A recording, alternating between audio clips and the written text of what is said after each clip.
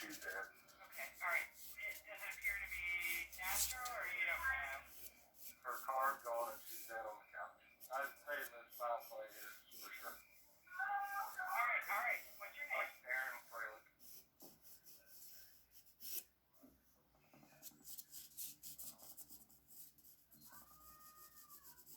It's about 11 p.m. I received a call from Detective Michael Schwamberger, who explained to me that he had been called to a death scene and there were some things that just looked out of place to him. When I arrived on scene, I went up to the house. First things that we noticed was that the kick plate, the refrigerator, was lying on the floor. There were 3 purses. One of those purses was spilled out onto the kitchen floor, and one of the slippers was located near the kitchen. Another partway into the living room. It appeared that there's possibly a struggle. When we got to the living room, we found the body on the couch. There were pillows piled on her legs. Left arm was hanging over. There was a robe sash on the floor beside the arm. This definitely was not something that looked like a person had just laid down to take a nap. My thoughts at the time were that there's no doubt this is a homicide scene. I met with the friends of the family that had called in the incident. They were able to identify the victim as Patricia Dresser.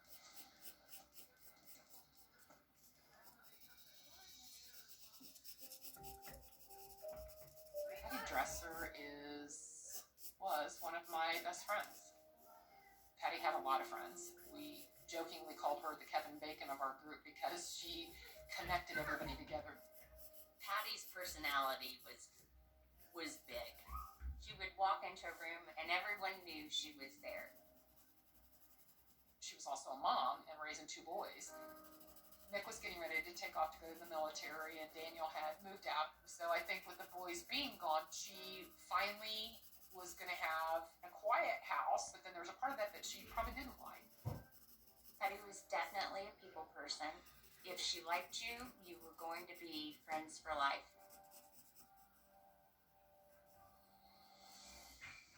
What I remember about that evening, I got a phone call from Chris Dobbins, a friend of Patty and I's. She said that Patty was supposed to come over to her house for dinner and had not shown up.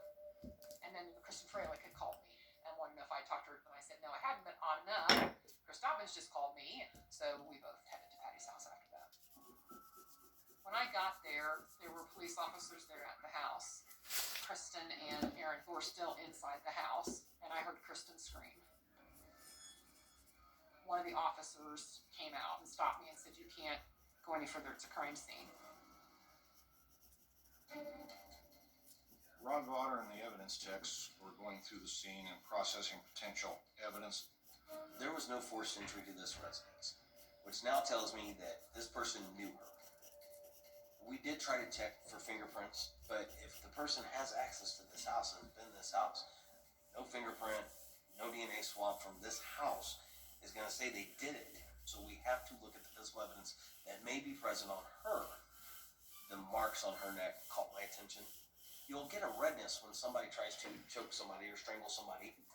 The marks were very noticeable, and they were very consistent with the robe sash next to her hand.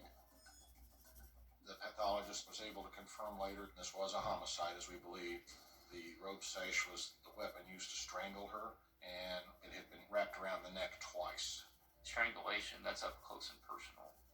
Again, was this robbery? Was this something, somebody had a personal motive to do toward Patricia? That was hard to know that you've lost a friend, and the way that we lost her. Who would do this to her? There was nobody that would do that to Patty.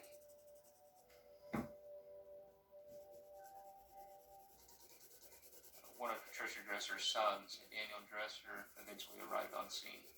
I saw, as anybody naturally would with their own mother, a great concern, a lot of questions of how did this happen, who is possibly involved. The information that Detective Schwamberger had gotten from Daniel Dresser initially was that his mother believed that a person she'd hired to do some work for her, Spencer Spielman, who was a friend of Nick Dresser's, had broken into her house the day before.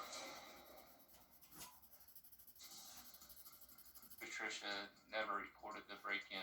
There was speculation that she wanted to handle the issue herself, with Spencer being a friend of her son, that she didn't want to get him in trouble. She had mentioned Spencer on the phone a couple times. She had tried to help him out. She knew that he'd had, a past and had some bumps in the road. Nick, obviously being just like Patty, was the same way. He reconnected with this kid that he knew from junior high and was going to help him out. So I think that's how they all got connected. She believed in just the true grit of people and honesty of people. Patricia was a well-known person in the community. This was one of the nicest neighborhoods, so it kind of put the community on edge for a while. Anytime there's a small town, anytime something happens, all the pressure is now on the police department to get this figured out. The biggest thing we knew is that the killer was still out there, and we didn't know what his next move was going to be. Patricia Dresser's car is missing. We've got Spencer Spielman as a potential suspect. We've got people out looking at places they know where he has been. We don't know if there's any other suspects. We're trying to establish a timeline where Hattie was and what she was doing and who she was with. And we discovered a CVS receipt on the kitchen counter from Wednesday night. We know she arrived at the CVS in her car at approximately 6:09 p.m. We was able to see Miss Dresser in the store, and it looked like she was buying a couple of bottles of an alcoholic beverage, and she left at about 6:14 p.m. That surveillance video gave us a time frame of when we last knew Patricia was alive. On my way back to the Greenfield Police Department, I received dispatch. Somebody just called in. They need to speak to a detective now. I spoke to Gwen Rance. She said she has known Patty since she was 17 years old. She told me she had information on Patricia Dresser's death. I explained to Gwen that I really wanted to meet her at the police department for an interview. The information that Sergeant Chittum had got initially from Patricia Dresser's friend was that we should be looking for two people, Spencer Spielman, as well as an individual named Charles Ernstus. First time we'd heard that name from anybody. What makes you think that Charles had something to do with it? He and Spencer are friends. They were bad. He's a scary person. We've got information that you may have sent Patty a photo. Did you guys find the blue Taurus that was stolen? Okay, well, I'm the owner of the car. We're racing against the clock where the suspect's concerned. There was an iPhone and an iPad. Only somebody who had seen the body, potentially the killer, would know that information. Like someone died.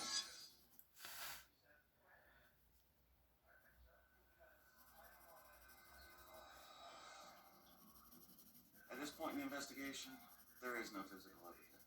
Yes, we have the strangulation. We do not have forced entry. We do not have miracle hair that every TV show talks about, or the bloody thumbprint on the counter. So we are still trying to put this together. We don't think it's a random crime, that we believe that she was targeted for some reason. We're looking for Spencer Spielman and Patricia Dresser's missing vehicle. We've had officers all over central Indiana looking for it. We don't know if there's any other suspects. We were just reaching out for any additional leads that we could find. Patricia Dresser's friend, Gwen, believed that it was likely that Spencer was involved. She also suggested that we look strongly at an individual named Charles Ernstus. Gwen told us Charles and Spencer were friends with Patty's son, Nick. Nick is currently with the Air Force, so Spencer helps Patricia from time to time doing things around the house. Any paper here, She bud? hired Spencer to do some work for her. And girlfriend was. While he was not else, she found him in Nick's room. Nick had this Tag Heuer watch, and she went in his room and she said, "Where's Nick's watch?" And all of a sudden Spencer said, "Oh, here it is." He found it like under the blanket, magically. When she caught him with it, Patty knew then something was kind of She felt so strongly about it that she even hid the watch somewhere else. Gwen also informed us about text messages between her and Patricia Wednesday, the day prior to the murder. Day before yesterday, she said, "Someone's been." She found the box for Nick's watch in the kitchen, and she tried to change her garage It's door. in a video. Didn't know how to, so she unplugged it. That's the last time I talked to her. What's that? Are you working? About Nick's watch. Oh yeah, I'm just making a video from work, but Patty was what's under the up? impression that he had the garage code, and she thought that they were going to steal it. What? Oh, no. I don't know. I want to do something with you. Kids go to her friends. But only just you, not stupid old Polly Yeah. and Ginger Winger. What's some of the things she said? She's, Did she explain that at all? I mean, one time, he sent her a picture of him in his underwear. Selfie. Really? It was kind of weird. I mean, she was like, can you believe that he just did that? Well, speaking with Gwen, she's very adamant that these are the ones that done something to her friend, and that we needed to follow these leads. Hmm. this is Because Friday we've got a afternoon. meeting. We're looking for Spencer. So I've had Spielman. that pita and some bacon We're rashers, looking for this and I Charles still don't have Justice hot. guy and get him in and try and talk with him. Sergeant Chittum did locate Charles. Wonder what it is then. What? Wonder what that is then that's causing it. I'll do whatever it takes. I think it might be just a mix of stuff I've had Yeah, probably. that's not settling right. At the time, the Charles Arnesa's name came up in this investigation.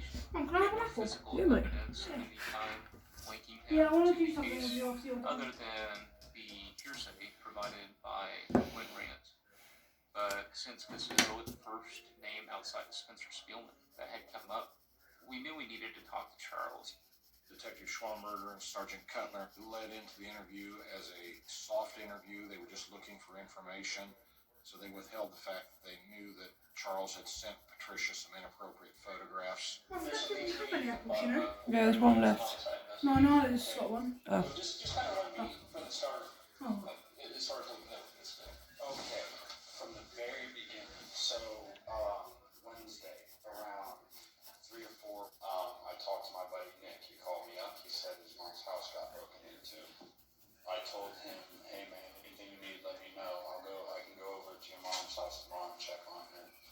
And she ended up calling me later, and she told me that it was Spencer, like for sure, who came and broke into the house. She said, I know it was him. Patty said that? Yes. Did she say how she knew that it was Spencer? She was telling me about watching Nick had. It's like somebody went rummaging through his room specifically looking for it. There was a red flag raised when Charles mentioned the Tag Heuer watch. This appeared to be consistent with the information and text message described by Gwen. So I felt like I really needed to explore his possibility of being involved. Did you go over there at any point, Wednesday, Thursday to check up on her? Or?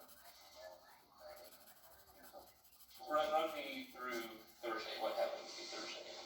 I didn't even talk to Nick Thursday. I just went to work. I had plans with this girl, Grace Abernathy. Hung out with her for a little bit. She took me back to my car around 11:30, and I drove home. Got home at 12. I fell asleep probably around 1 because Nick called me 1:30. I never got the call, but he called me back around 9, and like when he first said it, I was like, no way, dude. Like I thought his next line would literally be, I'm just playing, or something like that. No. So Nick had told me that Yeah. mom Passed away. Once he started talking with them, they confronted him with the photographs and wanted to know what his connection was. We've got information that you may have sent Patty a photo. The information that we got was a photo of you in your underwear. I don't know. I was probably freaking drunk or something. And you know what? Didn't know who she was. But, I mean, yeah, I do that kind of stuff. Was there something between you and Patty? No, I mean, it's not like she was what you would call a cougar for sure, but she was Nick's mom. with the information about the selfie he had texted her, I picked up on maybe a sense of embarrassment. He seemed to be being cooperative.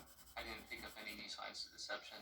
We didn't mark Charles off of our list of suspicious people, but gave us a little bit more reassurance that our main focus was Spencer Spielman.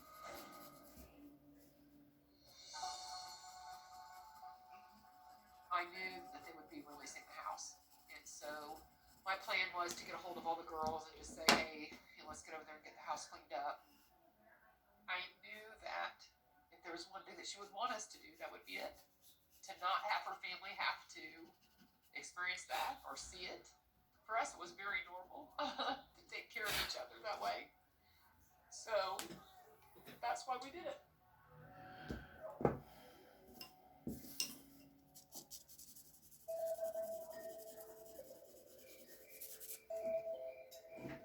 After the interview with Charles Ernstus, we've got all the autopsy information. We have not been able to find Spencer Spielman or the car. We have been up 36 hours roughly by that time. We're all feeling kind of defeated. And then all of a sudden, we get information that they have the car on a traffic stop.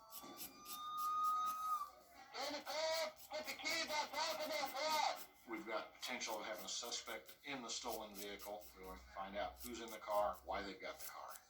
911,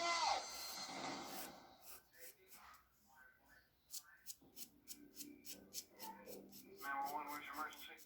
Did you guys find the blue Taurus that was stolen from Patty Dresser's house? I have no idea. Well, there's one sitting here at the village pantry on the south side.